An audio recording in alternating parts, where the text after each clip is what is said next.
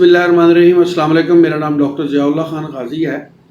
बहुत से पौधों के अंदर हयातीन की वाफर मिकदार पाई जाती है जो कि जल्द के लिए सेहतमंद और जल्द को तरोताज़ा और तंदुरुस्त रखती है, और ये पौधे सदियों से बतौर इलाज इस्तेमाल होते चले आ रहे हैं। चंद फूलों, पौधों और जड़ी बूटियों के बारे में आज मैं आपको मालूमात दूंगा, क्योंकि होम्योपैथिक तरीका इलाज इन्हीं नबाताती जड़ी बूटियों और पौधों से ही अद्वियात तैयार की जाती हैं।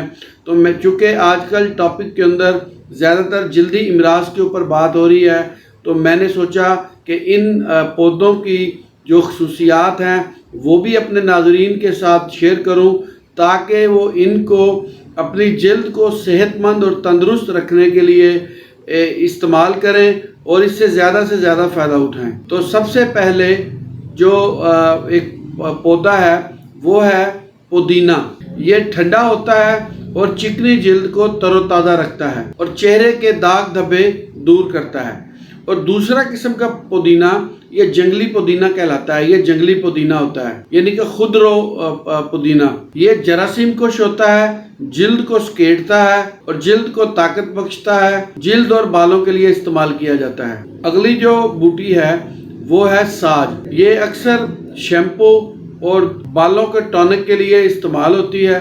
बालों को स्याह करती है और खून की गर्दिश को सर की तरफ करती है, जिसकी वजह से आपके बाल तरोताज़ा और चमकदार नजर आते हैं। कैम्फरे, इसको गधे का कान, आजनल माद भी कहते हैं। ये खुश्क जिल्द के लिए बेहद मुफीद है। अगली जो नबातात है वो है लिवेंडर। लिवेंडर को चेहरे की आराइश के लिए सदियों से इस्तेमाल किया जा रहा है। जिल्द को तरोताज़ा और नरम रखता है। ये एक खुशबूदार पौधा है, इसलिए ये शैम्पू में भी इस्तेमाल होता है। नेक्स्ट जो है वो है लौंग। ये एक जरासीम कुश है और मुख्तलिफ किस्म की क्रीमों में इस्तेमाल होता है। जल्द को तरोताज़ा और नरम रखते हैं और दांतों के लिए भी बेहद मुफीद है। आगे है जरीनम। जरीनम जो है ये जरासीम कुश है और जल्द के लिए बेहद मुफीद है। आगे है बादाम। बादाम जल्द के लिए बेहद मुफीद हैं, जल्द को तरोताज़ा रखते हैं। मुख्तलिफ किस्म की क्रीमों के अंदर इस्तेमाल होते हैं और ये जल्द को मरतूब रखते हैं। आगे है गुलाब।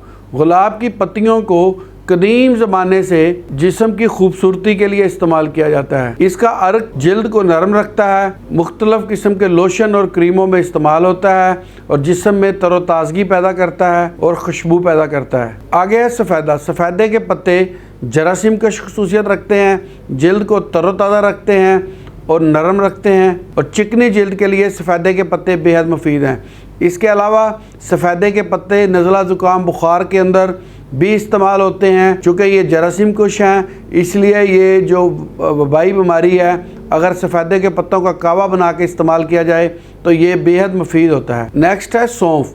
सौंफ जल्द के मसामों को साफ़ रखती है, सोजन को ख़त्म करती है। मुख्तलिफ़ किस्म की क्रीमों के अंदर इस्तेमाल होती है। नेक्स्ट जो जड़ी बूटी है वो है जिनसिंग। ये एक मर्दाना जड़ी बूटी है। ये ना सिर्फ मर्दानगी में ताकत देती है, बल्कि ये जल्द के मसामों को अंदर तक साफ़ करती है। जल्द की अलकली और तजाबियत के दौरान तवाज़न को बरकरार रखती है। नेक्स्ट है संदल। संदल की ये लकड़ी होती है, ये मुख्तलिफ़ किस्म की क्रीमों में इस्तेमाल होती है। इंतहाई खुशबूदार होती है और ये जल्द को तरोताज़ा और नरम रखती है। मुख्तलिफ़ किस्म की क्रीमों में कसरत से इस्तेमाल होती है। आगे दारचीनी।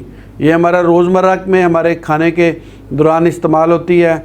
ये दारचीनी के तेल की मालिश बेहद मुफीद है। धूप के अंदर जो लोग ज़्यादातर रहते हैं, जिसकी वजह से जल्द उनकी झुलस जाती है, वहाँ दारचीनी का तेल बेहद मुफीद है। इसका जो तेल है वो दांतों के लिए भी बेहद फ़ायदेमंद है। यकीनन ये जड़ी बूटियाँ और ये नबातात जल्द के लिए बेहद मुफीद हैं और अच्छे असरात रखते हैं।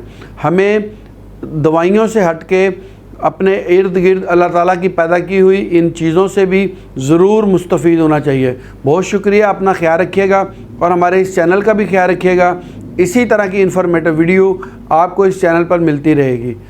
यकीनन आप इसे सब्सक्राइब भी करेंगे और लाइक भी करेंगे। अल्लाह हाफिज़।